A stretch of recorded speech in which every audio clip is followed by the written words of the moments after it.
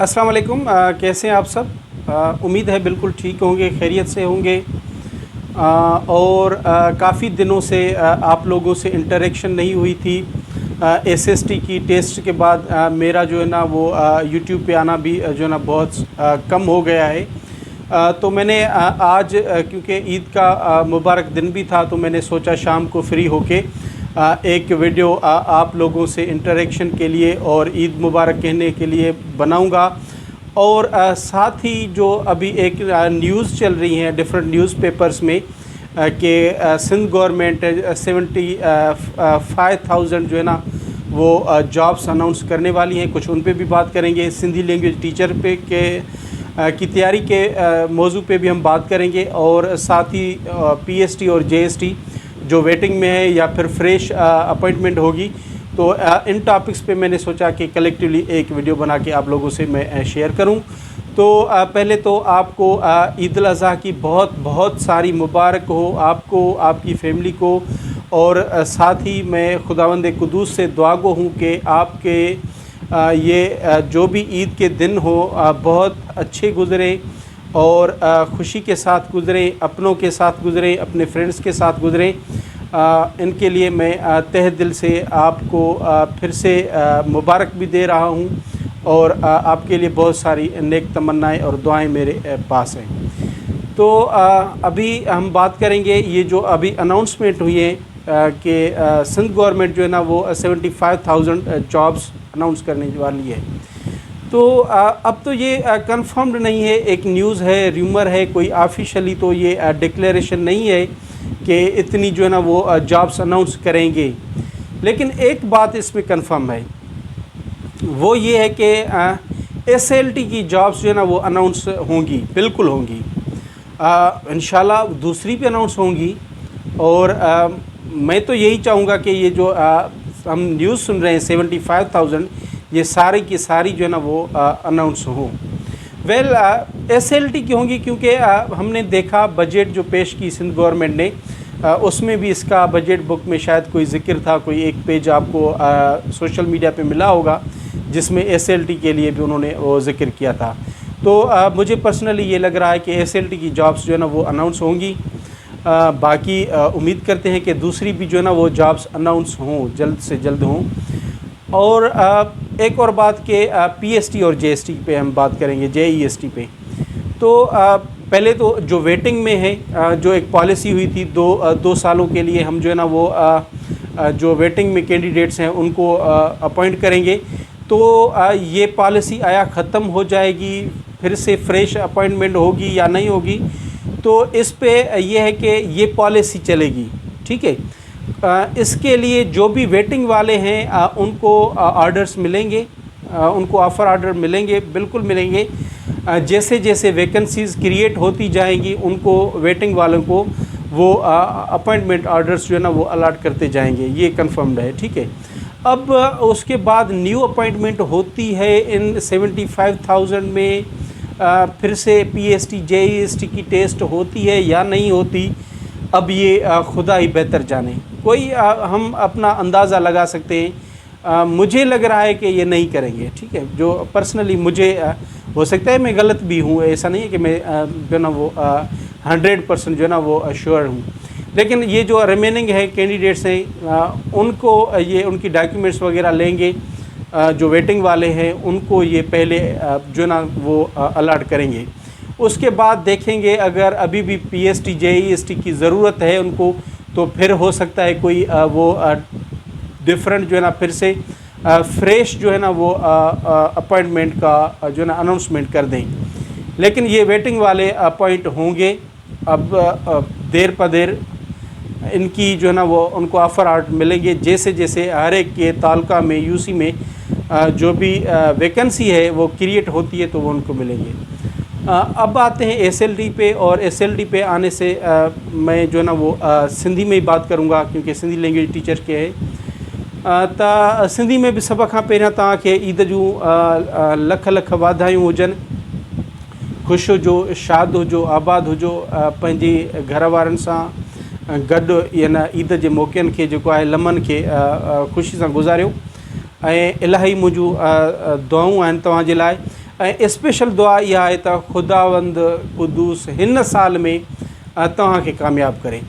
छो त असां ॾिठोसीं त SST में बि असां ॾाढी महिनत कईसीं ऐं SST जा टेस्टूं कहिड़ी त हुननि कढियूं, वरी उन्हनि खां पोइ ॼाणी वाणी कीज़ में एरर्स कयऊं। हाणे इन जे पुठियां छा राज़ आहिनि, छा आहिनि, हाणे हिकु ग़रीब अवाम, ग़रीब शागिर्द छा करे थो सघे। बहरहाल ख़ुदा खां दुआ आहे त हिन साल में कामयाबी मिले। हाणे जेका सिंधी लैंग्वेज टीचर जूं जॉब्स ईंदियूं, पहिरियां त इहे जेके बि हूंदियूं इन जी छा हूंदी, मतिलबु क्वालिफिकेशन छा हूंदी, त इन्हनि जी क्वालिफिकेशन ग्रेजुएशन ई हूंदी। का ईअं न हूंदो त MA सिंधी जंहिंजी थियल हुजे त उहो ई अपॉइंट करे, उहो ई अप्लाई करे थो सघे, ईअं न हूंदो। ठीकु आहे, उहो हूंदो ग्रेजुएशन ते हूंदो। ठीकु आहे, पोइ BA वारो हुजे, BSc वारो हुजे, उहो अप्लाई करे थो सघे। उन खां पोइ त उनजी टेस्ट में छा ईंदो, मिसाल उनजी टेस्ट में छा ईंदो, त इन में को बि असांखे इंतज़ारु करिणो पवंदो। फ़िलहाल त हिकु त एडवर्टाइज़मेंट अचे, उन खां पोइ उहे सिलेबस बि जेको आहे उहो अनाउंस करनि। पर सिंधी लैंग्वेज टीचर आहे त इन में त घणो पोर्शन असांजो सिंधी हूंदो।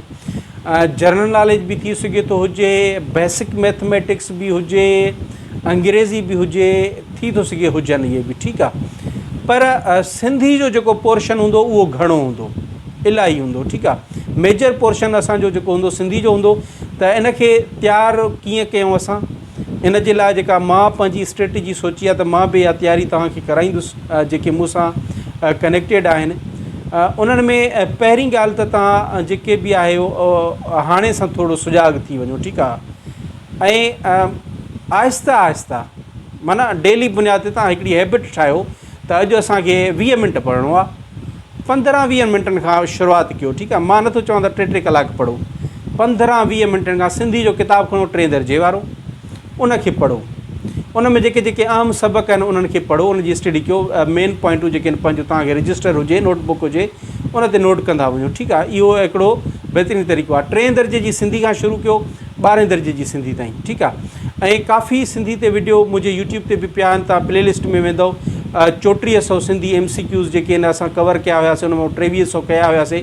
उहे MCQs बि तव्हां पढ़ी था सघो। ख़ैर इन ते पोइ था चओ 3 दर्जे जी जेका आहे, हाणे इन खे वरी तव्हां कैटेगरीज़ में विरहाईंदव। ठीकु आहे, केसीं ताईं 8 दर्जे जी किताब ताईं। ठीकु आहे, 8 दर्जे जी किताब ताईं कीअं 3 कैटेगरीज़ ठाहींदव।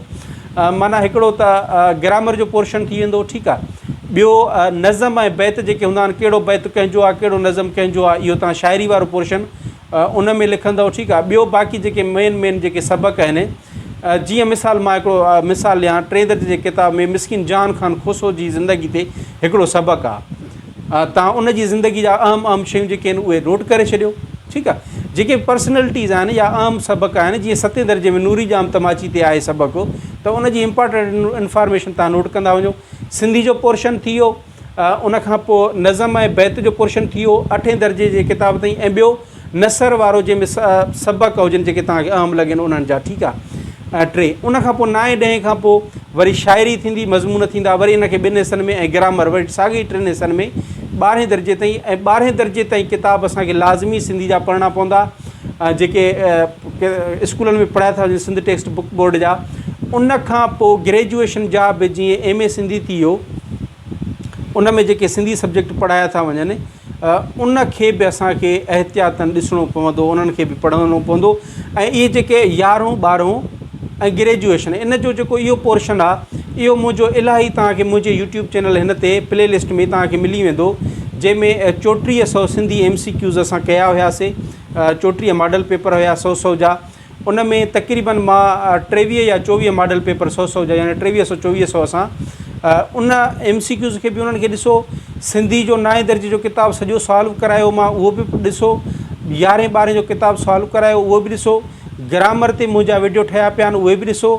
ऐं जेकॾहिं इंग्लिश तव्हांखे लिखणु पढ़णु बि नथी अचे, त मुंहिंजा जेके आहिनि उहे क्लासिस हलनि था पिया सिंधी लैंग्वेज में ई आहिनि, तव्हां उहे बि जॉइन करे था सघो। ऐं सफ़ा थोरी फीस आहे उनजी। उन में मां बेसिक खां शुरू कयो आहे, नंढा नंढा जुमिला अंग्रेज़ी में कीअं कजनि, या अंग्रेज़ी में लिखियलु हुजनि, उनखे सिंधी में ट्रांसलेट कीअं कयूं, हिकिड़ो सुठो उहो बि प्रोसेस हले थो पियो। त इहे जेके हुयूं 2-3 चंद ॻाल्हियूं जेके हूं तव्हांजे साम्हूं रखणियूं हुयूं। उम्मीद आहे त सुठो लॻो हूंदो ऐं इंफॉर्मेटिव साबित थियो हूंदो। अगरि को तव्हांजो सुवालु आहे त उहो तव्हां कमेंट्स में लिखी था सघो, मां हुनजो जवाबु तव्हांखे हुते रिप्लाई में ॾींदुसि।